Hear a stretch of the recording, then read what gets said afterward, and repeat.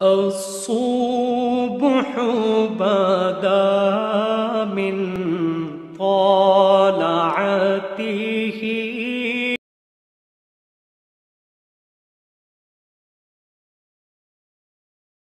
دوسرے پارے میں 3 رکوع مکمل ہوئے۔ سورہ البقرہ کے 19 رکوع آیت نمبر 163 پر، آیت نمبر 163 کے بعد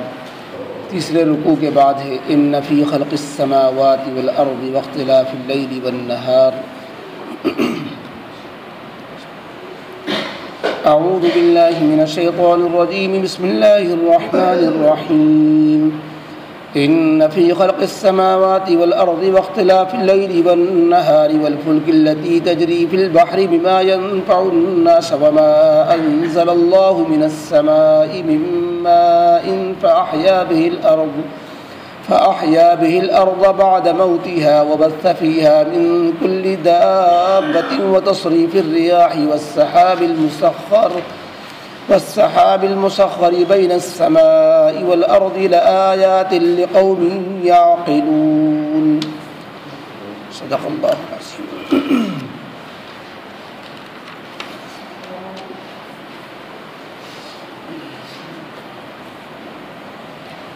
اوپر کی آیتوں میں ذکر تھا حق بات کو چھپانے والوں کی مذمت اور اس کی وعید،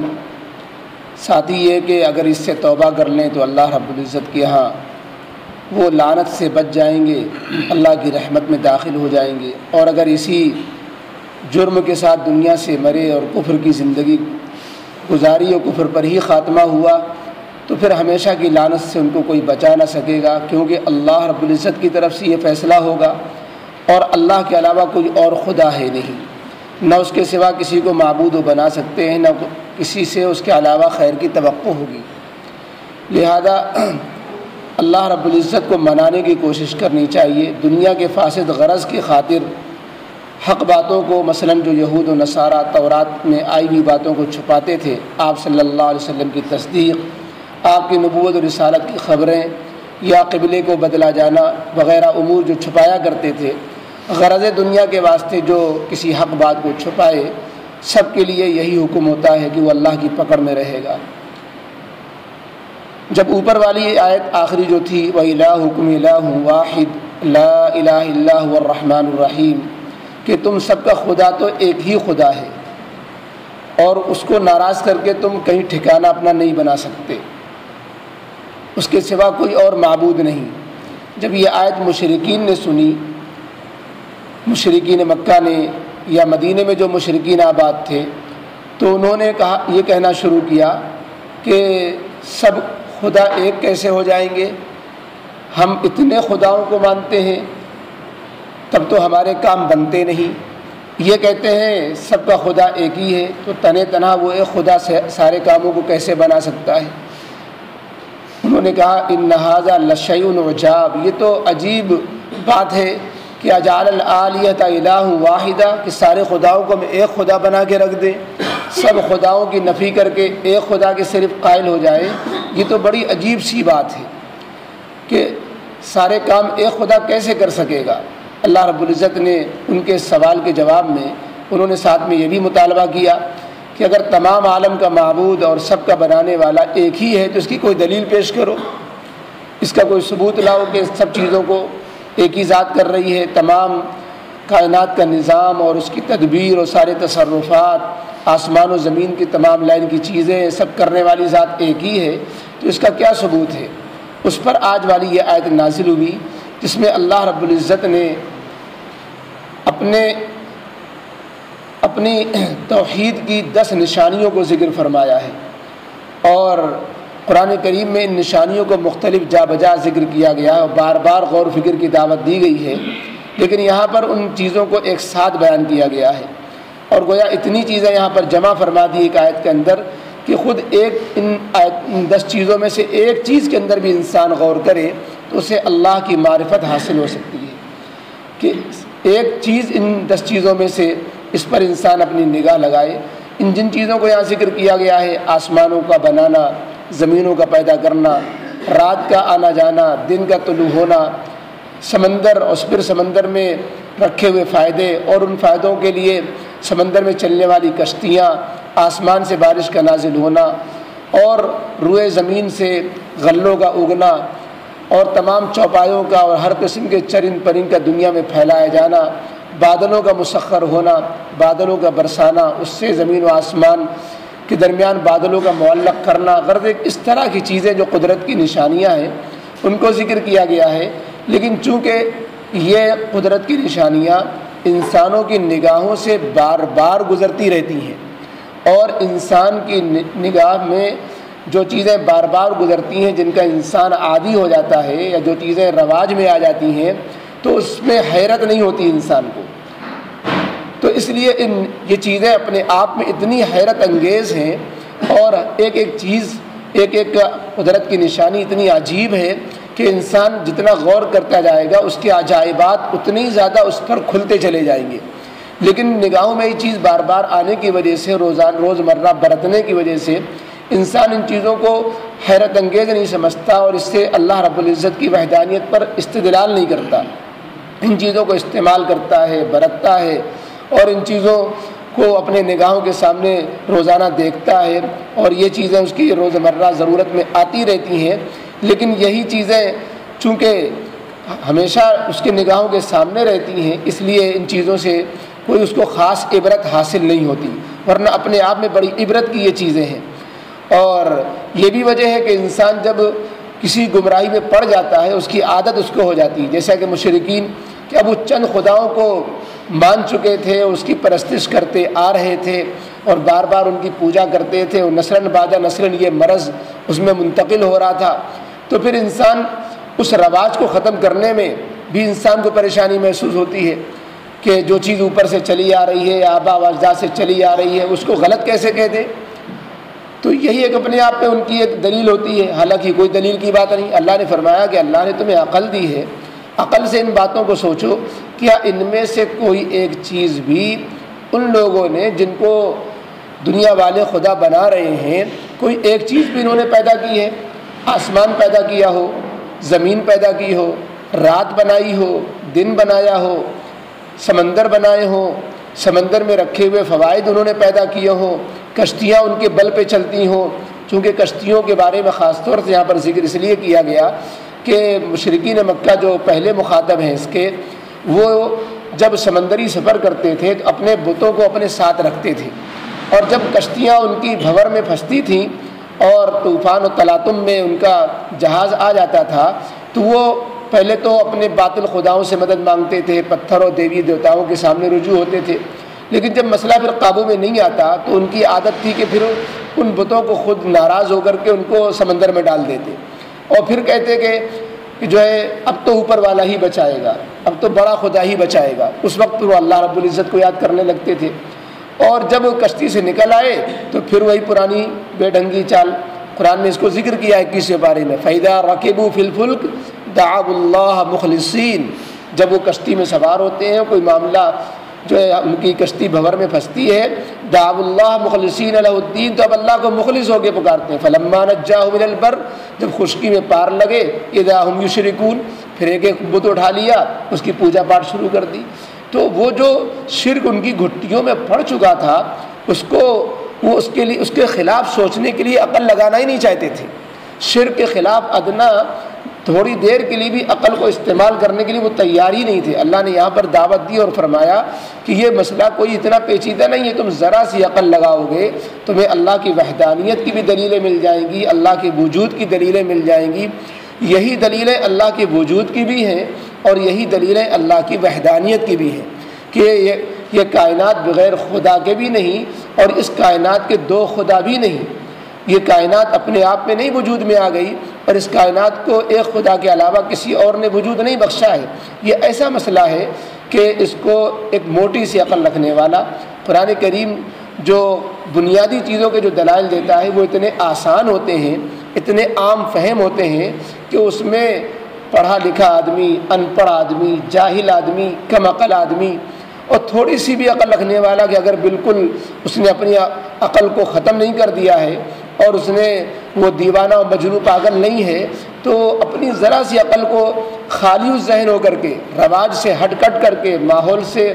بچ کر کے اپنی ذرا سی عقل کو لگائے گا تو اسے فوراً اس کا ضمیر، اس کا دل گواہی جو ہے دے گا کہ ہاں یہ اس کائنات کا یقیناً بنانے والا ہے وہ ایک ہی ہے۔ اس لیے کہ یہ چیزیں اگر کئی لوگوں کے بنانے میں کوئی شریک ہوتا تو یہ سوال پیدا ہوتا ہے کہ کیا وہ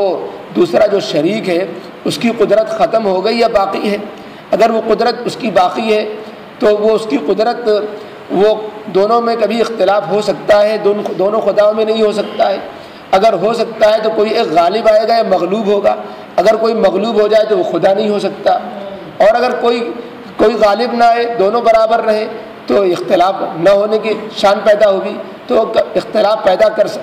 اختلاف کرنے کی اس کے اندر صلاحیت ہوگی نہیں ہوگی؟ اگر اختلاف کرنے کی اور اپنی رائے چلانے کی صلاحیت ہی نہیں تو بھی خدا نہیں۔ تو غرض ہے کہ عقلی اعتبار سے بھی کائنات کے دو خدا ہو ہی نہیں سکتے۔ ایک چاہے کہ سورج نکالے، ایک چاہے کہ نہیں آج تو بدلی رہنی چاہیے، ایک چاہے کہ پانی برسائے، ایک چاہے کہ نہیں آج تو جو ہے موسم گرم رہنا چاہیے، ایک چاہے اولے برسیں، ایک چاہے نہیں، ایک چاہے کہ ایک فلانے خطے پہ جو ہے عذاب ہو، دوسرا کہ نہیں۔ تو اگر دوسرے کی چلے گی نہیں تو وہ خدا نہیں ہو سکتا، اگر وہ چلا نہیں سکتا اپنی تو خدا نہیں ہو سکتا۔ اس لیے ایک خدا کے علاوہ کئی خدا نہیں ہو سکتے۔ یہ جو چیزیں مثالیں میں پیش کی گئی ہیں ان میں سے ایک چیز ایسی ہے کہ اس کے بارے میں خود مشرکین کو ملحدین کو اس بات کا اعتراف تھا کہ اس میں ان چیزوں کے بنانے میں، ان چیزوں کے تصرف میں ایک اللہ کے علاوہ کسی اور کا کوئی اختیار نہیں ہے، کوئی دخل نہیں ہے۔ آسمان کے بنانے میں ان سے پوچھا جاتا من خلق السماوات والارض لیقولن اللہ، کہ اگر ان سے آپ پوچھیں کہ آسمان کس نے بنائے، زمین کس نے بنائے، مشرکوں سے آپ پوچھیں لیقولن اللہ، تو کہیں گے یہ تو اللہ ہی نے بنائے۔ اسی طریقے سے اور بھی چیزوں کے بارے میں پوچھیں کہ رات و دن کا اختلاف کون برپا کرتا ہے، چاند و سورج کس نے بنائے، تو کہیں گے اللہ۔ تو غرض ہے کہ یہ جو چیزیں ذکر کی جا رہی ان سب کا اعتراف ان کو بھی تھا۔ پھر اللہ نے کہا کہ تم عقل کیوں نہیں لگاتے، اس میں عقل لگاؤ تو تمہیں وحدانیت نظر آ جائے اور تمہیں اس بات کی دلیل مل جائے کہ اللہ کی ذات بھی ایک ہے، اللہ اپنی صفات میں بھی ایک ہے، اللہ اپنے افعال اور کائنات کے نظام و تدبیر میں بھی ایک ہے۔ توحید ایک ذات کی ہوتی ہے کہ اللہ کے سوا کوئی ذات، معبود ایک ہی ذات ہے۔ توحید صفات میں بھی ہوتی ہے کہ اللہ اپنی صفات میں بھی یکتا ہے۔ توحید افعال میں بھی ہوتی ہے کہ اللہ کائنات کے نظام و تدبیر میں اور تمام افعال و تصرف میں بھی اللہ ایک ہے۔ تو وَإِلَٰهُكُمْ إِلَٰهٌ وَاحِدٌ میں توحید ذات کو بیان کیا کہ اللہ کے سوا کوئی معبود نہیں، وہی ایک ذات معبود ہے، عبادت کی مستحق ہے۔ پھر لا الہ الا هو الرحمن الرحیم، الرحمن الرحیم کے ذریعے سے اللہ کی صفات کو بیان کیا کہ اللہ اپنی صفات میں بھی واحد ہے، صفات میں بھی یکتا ہے۔ آج کی اس آیت کے اندر توحید افعال کو بیان کیا کہ اللہ نے کائنات کی یہ جو افعال ہیں ان افعال میں بھی اللہ یکتا ہے، اللہ کا کوئی شریک نہیں ہے۔ اس طرح اللہ کی وجود اور اللہ کی وحدانیت کی یہ دلیلیں بنتی ہیں۔ اس میں جو چیزوں کا ذکر ہے قرآن کریم میں ان چیزوں کا ذکر بار بار آیا ہے، اپنے اپنے موقع پہ انشاءاللہ سب کی تفصیل آتی جائے گی مختصر طریقے پر۔ مثلا پہلی چیز آسمان کا بنانا، کہ اتنا آسمان اتنا وسیع، اتنا اونچا، بغیر ستون کے کہ کبھی اس میں کوئی شگاف نہ پیدا ہو، اتنا ہموار اور کب سے ہے اور کتنا بڑا ہے کہ سائنس اور ریسرچ آج تک ابھی اس کے سائز کو نہیں اندازہ کر سکی، اور آسمان میں پائی جانے والی مخلوقات کا بھی اندازہ نہیں کر سکی۔ آسمان کے فضا کے اندر نیچے فضا میں کتنی دنیا آباد ہے، اس جیسی دنیا، اس کا وہ اندازہ نہیں کر سکی۔ تو ایسی صورت میں وہ آسمان کتنا بلند ہوگا کہ ساری دنیا والے مل کر کے بھی آسمان کی بلندی تک نہیں پہنچ پا رہے ہیں۔ تو اللہ فرماتے ہیں اس آسمان کے بنانے میں کسی کا کیا اختیار ہے، کیا دخل ہے؟ جس اللہ نے یہ آسمان بنایا وہ کتنا بلند ہوگا، اور کیا اس سے بھی بلند کوئی ہے جس کو خدا بنایا جا سکے؟ اسی طریقے سے دوسری مثال زمین کی، کہ زمین کو اللہ نے کتنا مضبوط بنایا، زمین کو کیسے پھیلایا، پانی کے بلبلے پر زمین کو بچھا دیا۔ اتنی وسیع زمین اس شان کی بنائی کہ انسان کا اس میں رہنا جو ہے آسان ہو گیا، نہ اتنا سیال بنایا کہ انسان قدم نہ رکھ سکے، اتنا نہ لوہے کی طرح سخت بنایا کہ اس کو اپنی عمارت میں نہ بنا سکے۔ تو یہ آسمان و زمین کے بنانے میں تیسری چیز ذکر فرمائی رات، اور چوتھی چیز دن، کہ ان رات و دن کا لگاتار آنا اور جانا، الٹ پھیر، کہ رات کو اللہ نے تاریک بنایا، دن کو روشن بنایا تاکہ لوگ کاروبار بھی کر سکیں، آرام بھی کر سکیں۔ تاکہ لوگ جو ہے اور پھر رات کو اللہ گھٹا دیتے ہیں، دن کو بڑھا دیتے ہیں، دن کو گھٹا دیتے ہیں، رات کو بڑھا دیتے ہیں، زمانے کے اعتبار سے، موسم کے اعتبار سے کہیں دن بڑا ہے کہیں رات بڑی ہے۔ یہ اختلاف کون کر رہا ہے؟ اگر آج بھی کسی سے پوچھا جائے، مشرک شخص سے پوچھا جائے، پجاری بتوں کے پجاریوں سے پوچھے کہ یہ رات و دن کون بدل رہا ہے، چاند و سورج کو کس نے بنایا ہوا ہے، تو وہ یہ نہیں کہیں گے کہ ہمارے بتوں نے بنایا ہے، یہ رات و دن ہمارے بت بدل رہے ہیں، وہ بھی یہی کہیں گے یہ تو اوپر والے کا سب کرنا دھرنا ہے۔ تو یہ چار چیزیں ہوئی۔ پانچویں چیز کشتیوں کا سمندر میں چلنا، والفلک التی تجری فی البحر، کہ جو کشتیاں جو ہواؤں کے سہارے سے چلتی ہیں، یہ ہوا کس نے بنائی؟ کشتیوں کو موافق ہوا اور پانی میں تیرنا یہ کس نے عطا کیا؟ پھر سمندر ہی کو دیکھا جائے، خود سمندر اللہ کی قدرت کی کتنی بڑی نشانی کہ یہ سمندر جو زمینوں کے بیچ میں پائے جاتے ہیں، اور یہ ایک خشکی سے دوسری خشکی والوں کا رابطہ اللہ نے کشتیوں کے ذریعے سے آسان کر دیا ہے، اور ان سمندری تجارت کے ذریعے سے لوگوں کو کتنے منافع حاصل ہوتے ہیں۔ اگر یہ کشتیوں کا وجود نہ ہوتا اور اللہ ان کشتیوں کے بنانے کی ذہن میں جو ہے بات نہ ڈالتے، عقل نہ دیتے، کشتیوں کے بنانے میں جن چیزوں کی ضرورت پڑتی ان کو پیدا نہ فرماتے، ہوا کو موافق نہ بناتے اور پانی کو ایسا نہ بناتے جس میں کشتی چل سکے، تو ایک خشکی والے رابطوں کا دوسری خشکی والے رابطہ کیسے ہو پاتا؟ بیچ میں سمندر حائل ہوتا تو لوگ ایک دوسرے سے رابطے میں کیسے آتے؟ اللہ فرماتے ہیں لوگوں کے فائدے کے لیے ہم نے سمندر میں پھر کشتیاں اور ان کشتیوں کا چلانا اور ہواؤں کا اس کے ذریعے سے تابع کر دینا، یہ جو ہے اللہ کی قدرت کی بڑی نشانیاں ہیں۔ یہ کشتی کی مثال مشرکین کے لیے چونکہ روزمرہ کی مثالوں میں تھی، اور وہ کشتی میں جب پھنستے تھے اور ان کی کشتی جب دریا میں پھنستی تھی تو اللہ کو پکارتے تھے، تو اللہ نے فرمایا کہ جب تم اللہ کو وہاں پکارتے ہو تو اسی سے تم سمجھ لو کہ وہی اللہ حق ہے۔ آگے اللہ نے ذکر فرمایا کہ آسمان سے اللہ نے پانی برسایا، پانی قطرے قطرے نازل ہوتا ہے، اگر ایک دم سے پانی بہا دیا جائے جس کو لوگ کہتے ہیں بادل پھٹنا، تو کتنی تباہی ہوتی ہے۔ اللہ نے پانی برسایا، پھر پانی اگر باروں ماہ برستا رہے تو بھی کتنی مشکل پیش آئے، اور پانی بالکل نہ برسے یا ایک بار برسے صرف اور کہہ دیا جائے کہ تم اپنا ذخیرہ کر لو، پانی کا اگلا انتظام پھر اور نہیں ہوگا۔ اللہ رب العزت پانی کو ایک اندازے سے برساتے ہیں کہ ایک پانی کی بارش کے موسم سے دوسرے موسم تک تالاب و ندی نہر فیضیاب ہو جاتی ہیں، اور پھر اللہ تعالیٰ پانی کا بڑا ذخیرہ پہاڑوں کے چوٹیوں میں رکھ دیتے ہیں، زمین کے اندر گویا پائپ لائنیں اللہ نے بچھا رکھی ہیں، لوگ بورنگ کے ذریعے سے ان پانی کو نکال لیتے ہیں۔ غرض کہ پانی کا ایک عجیب حیرت انگیز اللہ کی طرف سے نظام ہے، یہ اللہ کی قدرت کی بڑی نشانی ہے کہ اگر اللہ پانی کے قطرات کو خشک کر دے تو انسان ہاتھ پہ ہاتھ ملتا رہ جائے اور پانی کا ایک قطرہ اسے نصیب نہ ہو۔ جہاں یہ ایسا ہوتا ہے وہاں انسان پریشان ہو جاتے ہیں، پانی کھاری بھی ہوتا ہے، میٹھا بھی ہوتا ہے، یہ بھی اللہ کا انعام۔ اللہ فرماتے ہیں اس پانی کے ذریعے سے ہم زمین کو جو ہے زندہ کر دیتے ہیں، زمین مردہ ہو چکی ہوتی ہے، اپنی کاشت کی صلاحیت کھو دیتی ہے، پانی کے ذریعے سے وہ زمین پھر جو ہے اپنے اس کے اندر صلاحیت پیدا ہو جاتی ہے، یہی زمین کا زندہ ہونا۔ پھر اس سے پیڑ پودے اگتے ہیں، باغات لہلاتے ہیں، ہریالی اگتی ہے، انسان کو غلے ملتے ہیں اور جو ہے جانوروں کو چارہ ملتا ہے، تو یہ اللہ کی قدرت کی یہ بھی بڑی نشانی۔ اسی طریقے سے اللہ نے قسم قسم کے جاندار دنیا میں پھیلا رکھے ہیں۔ بارش کے موقع پہ خاص طور سے انسان کو ایسے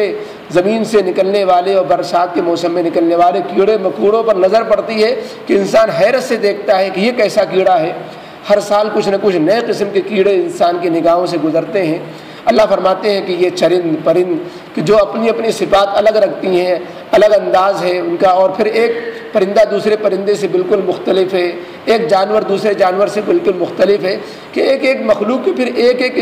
جو ہے فرد کو دیکھنا شروع کرے انسان تو دیکھتا ہی رہ جائے، حیرت میں ڈوبتا چلا جائے گا۔ آگے اللہ نے فرمایا کہ ہواؤں کا چلنا، کبھی پوربی ہوا ہے، کبھی پچھمی ہوا ہے، کبھی گرم ہوا ہے، کبھی سرد ہوا ہے، کبھی جو ہے عذاب والی ہوا ہے، کبھی رحمت والی ہوا ہے۔ یہ ہوائیں کون چلاتا ہے؟ کس کے بس میں ہواؤں کی رفتار کو تیز کر دینا، کس کے بس میں ہواؤں کی رفتار کو مدھم کر دینا،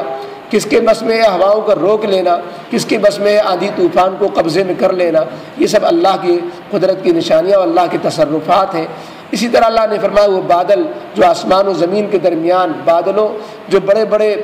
جو ٹنوں پانیوں کو اپنے جو ہے بطن میں پیٹوں میں لیے ہوئے پھرا کرتے ہیں، اور پانیوں سے بوجھل بادل جو ہے ہوا آسمان و زمین کے بیچ میں ادھر سے ادھر گردش کر رہے ہوتے ہیں، جہاں اللہ کا حکم ہوتا ہے وہاں بادل پہنچ جاتے ہیں، برس جاتے ہیں، یہ سب اللہ کی قدرت کی نشانیاں ہیں۔ لیکن ان نشانیوں کے لیے اپنے عقل کو لگانا پڑے گا۔ آج دنیا والے بڑی بڑی عقل والے ان چیزوں میں اپنے فائدے کی چیزیں تو ڈھونڈ رہے ہیں، اور ان چیزوں پہ تو ریسرچ کر رہے ہیں کہ ان سے ہم کیا کیا فائدے حاصل کر سکتے ہیں، ہم ان سے اپنی کیا کیا ضروریات پوری کر سکتے ہیں، اور ان چیزوں سے ہم اپنے کیا نئی چیزیں حاصل کر سکتے ہیں۔ لیکن یہ نہیں سوچتے کہ یہ چیزیں دینے والا کون ہے، ان چیزوں کا پیدا کرنے والا کون ہے۔ ہم ستاروں سے اور سیٹلائٹ سے یہ جو فائدے اٹھا رہے ہیں، اس کو کس نے بنایا، ان ستاروں کو کس نے بنایا، اور جو ہے ہم سمندر سے نئی چیزیں نکالیں، ان سمندر میں نئی چیزیں کس نے رکھی، سمندر کو کس نے بنایا۔ تو ان کی نگاہیں اپنے فائدوں کے حصول پر تو ہیں، لیکن بنانے والے کی ذات پر نہیں ہے۔ تو جب تک انسان ان چیزوں سے بنانے والے کی ذات کی معرفت نہیں حاصل کرے گا، عقل کو صرف فائدے تک محدود رکھے گا، فائدہ بخشنے والے تک نہیں پہنچائے گا، تو اس کی عقل ناقص ہی کہلائے گی۔ اور عقل کامل جب ہوگی انسان کی، جب ان بنانے والوں کو بھی سوچے اور ان چیزوں کے فائدہ حاصل کرتے ہوئے اس بنانے والے کا شکر بھی ادا کرے۔ اور سب سے بڑا شکر ہے کہ سب سے پہلے اس پر ایمان لے آئے، اس کو مان لے۔ تو یہ قرآن کی دعوت ہے کہ تمہارے فائدے ہی کے لیے چیزیں بنائی ہیں، بما ينفع الناس، کہ لوگوں کے فائدے کے لیے ہم یہ چیزیں بنا رہے ہیں، لیکن تم صرف فائدے ہی حاصل کرتے رہ جاؤ، اور جس نے فائدے تمہیں دیے ہیں اس کو پہچانو نہیں، اس کا شکر نہ کرو، تو یہی گمراہی ہے۔ اسی گمراہی کا شکار ہیں وہ لوگ جو صرف فائدے تک محدود رہتے ہیں۔ فرمایا ان فی خلق السماوات والارض، بے شک آسمانوں اور زمین کے پیدا کرنے میں، آسمان و زمین کی تخلیق میں، واختلاف اللیل والنہار، اور رات و دن کے لگاتار عدلتے بدلتے رہنے میں، کہ رات جاتی ہے دن آ جاتا ہے، دن جاتا ہے رات آ جاتی ہے، دن چھوٹا ہوتا ہے رات بڑی ہو جاتی ہے، رات بڑی ہوتی دن چھوٹا ہو جاتا ہے، اس طرح لگاتار رات و دن کے تغیرات میں، والفلک التی تجری فی البحر بما ينفع الناس، اور ان کشتیوں میں جو سمندروں کے اندر لوگوں کے فائدوں کی چیزوں کو لے کر تیر رہی ہوتی ہیں، ان کشتیوں میں جو تیرتی ہیں سمندر کے اندر، بما ينفع الناس، لوگوں کے فائدوں کی چیزوں کو لے کر کے، کہ اس کے ذریعے تجارتی میں فائدے بھی حاصل ہوتے ہیں۔ آج بھی جو تمام تر ٹرینوں اور پلینوں کے ایجاد کے باوجود سمندری جہازوں کے ذریعے سے سامانوں کا نقل و حرکت، اور ادھر سے سامان کا ایکسپورٹ امپورٹ ہونا، پھر انسانوں کا سمندری جہاز کے ذریعے منتقل ہونا، اس کی ضرورت آج بھی اسی طرح برقرار ہے جس طرح پہلے تھی۔ تو اسی کو قرآن نے کہا، وہ کشتیاں جو سمندر میں لوگوں کے فائدوں کے چیزوں کو لے کر تیر رہی ہیں۔ وما انزل اللہ من السماء من ماء، اور وہ پانی جو اللہ آسمان سے برسا رہا ہوتا ہے، یعنی بلندیوں سے پانی اللہ دیتا ہے، فاحیا بہ الارض، پس اس پانی کے ذریعے سے زمین کو زندہ کر دیتا ہے، بعد موتیا، زمین کے مردہ ہو جانے کے بعد، کہ زمین جو خشک پڑی ہوئی تھی وہ لہلہا اٹھتی ہے۔ وبث فیہا من کل دابہ، اور اس بات میں کہ اللہ نے قسم قسم کے چوپائے مخلوق کائنات میں زمین میں پھیلا رکھی ہے، وبثا، اور پھیلا دی اللہ نے زمین کے اندر، من کل دابہ، ہر قسم کے جانور، چوپائے، دابہ کہتے ہیں ہر جاندار مخلوق کو۔ جاندار مخلوق میں انسان بھی ہیں، حیوانات بھی ہیں، چرند بھی، پرند بھی، رینگنے والے بھی، دو پیر سے چلنے والی بھی، چار پیر سے چلنے والی بھی، پیٹ کے بل چلنے والے بھی، اور 1000 پاؤں سے چلنے والے بھی۔ وتصریف الریاح، اور ہواؤں کے چلنے میں، ہواؤں کے بدل بدل کر چلنے میں، کبھی ٹھنڈی، کبھی گرم، کبھی پوربی، کبھی پچھمی، کبھی اتری، کبھی دکھنی۔ والسحاب المسخر، اور ان بادلوں میں جو بادل کے تابع دار ہوتے ہیں، آسمان و زمین کے درمیان معلق نظر آتے ہیں، اور وہ اللہ کے حکم کے تابع ہوتے ہیں، جہاں ان کو برسنے کا حکم ہوتا ہے وہاں برس پڑتے ہیں۔ لآیات، ان تمام چیزوں میں اللہ کی وحدانیت کی اور اللہ کے وجود کی نشانیاں ہیں، لیکن ان نشانیوں سے فائدہ وہی اٹھاتے ہیں، وہی قوم کے لیے نشانیاں بنتی ہیں یہ چیزیں، لقوم یعقلون، جو عقل سے کام لیتے ہیں۔ توحید اور رسالت کو اللہ تعالیٰ نے انسان کی عقل سے وابستہ کر دیا ہے، کہ اگر انسان کو عقل حاصل ہے تو اس کے لیے لازم ہے کہ اللہ کو ایک مانے۔ اگر وہ عقل مند ہو کر کے بھی اللہ کو ایک نہیں مانتا تو اللہ کے ہاں باس پرس ہو جائے گی، چاہے اسے کسی پیغمبر کے پیغام اس کو پہنچا ہو یا نہ پہنچا ہو۔ اللہ کی توحید کے بارے میں کسی نبی کی تعلیم ایک کسی عقلمند انسان کو ملی ہو یا نہ ملی ہو، توحید کے بارے میں پھر بھی اس سے سوال ہوگا۔ وجہ اس لیے کہ لآیات لقوم یعقلون، اللہ نے یہ نشانیاں تو ایسی کافی رکھی ہی ہیں جس کے ذریعے انسان عقل کے ذریعے سے اللہ تک پہنچ سکتا ہے۔ تو رسالت کے بارے میں اس سے سوال نہ ہو کیونکہ اسے پیغام اللہ پیغمبروں کا نہیں پہنچا، لیکن توحید کے بارے میں پھر بھی سوال ہوگا کیونکہ اس کا تعلق محض عقل سے بھی ہے۔ اللهم صل على سيدنا ومولانا وحبيبنا وشفيعنا محمد وعلى آل سيدنا محمد وآله وصحبه وبارك وسلم۔ ربنا ظلمنا أنفسنا وإن لم تغفر لنا وترحمنا لنكونن من الخاسرين۔ ربنا لا تزغ قلوبنا بعد إذ هديتنا وهب لنا من لدنك رحمة إنك أنت الوهاب۔ اللهم افتح مسامع قلوبنا لذكرك وطهر قلوبنا عن غيرك ونور قلوبنا بنور معرفتك وأصلح لنا شأننا كله ولا تكلنا إلى أنفسنا طرفة عين۔ یا رب العالمین اپنے فضل کرم کا معاملہ فرما۔ اے اللہ رب العالمین، کائنات کی ہر چیز سے اللہ ہم فائدہ اٹھاتے ہیں۔ اے اللہ یہ سب چیزیں تیری پیدا کی ہوئی ہیں۔ اے اللہ ہم تیری پیدا کی ہوئی چیزوں سے فائدہ اٹھانے کے بعد یہ اللہ تیرا شکر ادا نہیں کرتے۔ اے اللہ دن کے اجالے سے، رات کے اندھیرے سے فائدہ اٹھاتے ہیں۔ اے اللہ رب العالمین، کائنات کی ایک ایک چیز تیرے حکم کی محتاج ہے، ایک ایک چیز تیرے حکم کے تابع ہے۔ اے اللہ ایک ایک چیز تیری بنائی ہوئی ہے۔ اے اللہ رب العالمین، ہمیں اپنی معرفت نصیب فرما۔ ہم کسی بھی نعمت کو استعمال کرتے ہوئے اے اللہ اپنا استحضار اور یہ اے اللہ کی نعمت تیری بخشی ہوئی ہے اس کا دھیان ہمیں نصیب فرما۔ اے اللہ رب العالمین، ہمیں نعمتوں کی قدردانی نصیب فرما۔ اے اللہ تیری طرف سے ہم میں سے جس کو جو نعمتیں ملی ہوئی ہیں، اے اللہ اے رب العالمین، اس نعمتوں کے زوال سے، ان نعمتوں کے ہٹ جانے، کم ہو جانے سے ہم سب کی حفاظت فرما۔ اے اللہ اپنی نعمتوں میں مزید ترقی نصیب فرما۔ دین دنیا آخرت کے لین سے روحانی و مادی جو بھی نعمتیں ہیں اے اللہ اس میں ہم سب کے لیے اضافہ فرما۔ اے اللہ نعمتوں کے زوال سے، عافیت کے ختم ہو جانے سے، صحت کے اڑ جانے سے، سلامتی اور امن کے اے اللہ ختم ہو جانے سے ہم سب کی حفاظت فرما۔ اے اللہ اس ملک میں امن و امان قائم فرما۔ اے اللہ ہونے والے الیکشن میں اے اللہ جو اچھے انسان ہیں، جو اے اللہ انسانوں کے ہمدرد ہیں، مسلمانوں سے اللہ تعصب نہیں رکھتے، انہیں کامیاب فرما۔ اے اللہ ایسے انسانوں کو جو اے اللہ جو مسلمانوں کے لیے خطرہ ہوں، اے اللہ ایسے امیدواروں کو جو مسلمانوں کے دشمن ہوں، اے اللہ انہیں ناکام فرما۔ اے اللہ رب العالمین اپنے فضل و کرم کا معاملہ فرما۔ ہم پر ایسے حکام مسلط نہ فرما جو اے اللہ ہم پر ظلم ڈھائیں، ہمارے دین کو مسجدوں مدرسوں کو اجاڑیں، اے اللہ مسلمانوں کے خلاف تعصب سے کام لیں۔ اے اللہ ایسے حکام، ایسے اے اللہ ممبران، ایسے امیدواروں کو اے اللہ محروم فرما۔ اے اللہ دشمنان اسلام کی صفوں میں انتشار پیدا فرما۔ یہود و نصارہ کی دشمنی و سازشوں سے امت مسلمہ کی حفاظت فرما۔ امت مسلمہ اور جہاں جہاں مسلم ممالک میں یہود و نصارہ نے اپنی سازشیں کر رکھی ہیں، اے اللہ ان سازشوں کو ختم فرما، ان کو ناکام فرما۔ اے اللہ مسلمانوں کے جو اے اللہ اس وقت مقہوریت، مغلوبیت اور تیری غضب کا پوری امت مسلمہ شکار ہے، اے اللہ اپنے غضب کو اٹھا لیجئے، اپنی نصرت کا معاملہ فرما دیجئے۔ اے اللہ سب کو معاف فرما دیجئے۔ اے اللہ پوری امت مسلمہ پر رحم فرما دیجئے۔ اے اللہ ہم سب کا ایمان پر خاتمہ فرما، دنیا آخرت دونوں جہان میں ہم سب کا انجام بخیر فرما۔ ربنا تقبل منا انك انت السميع العليم وتب علينا انك انت التواب الرحيم۔ سبحان ربك رب العزة عما يصفون وسلام على المرسلين والحمد لله۔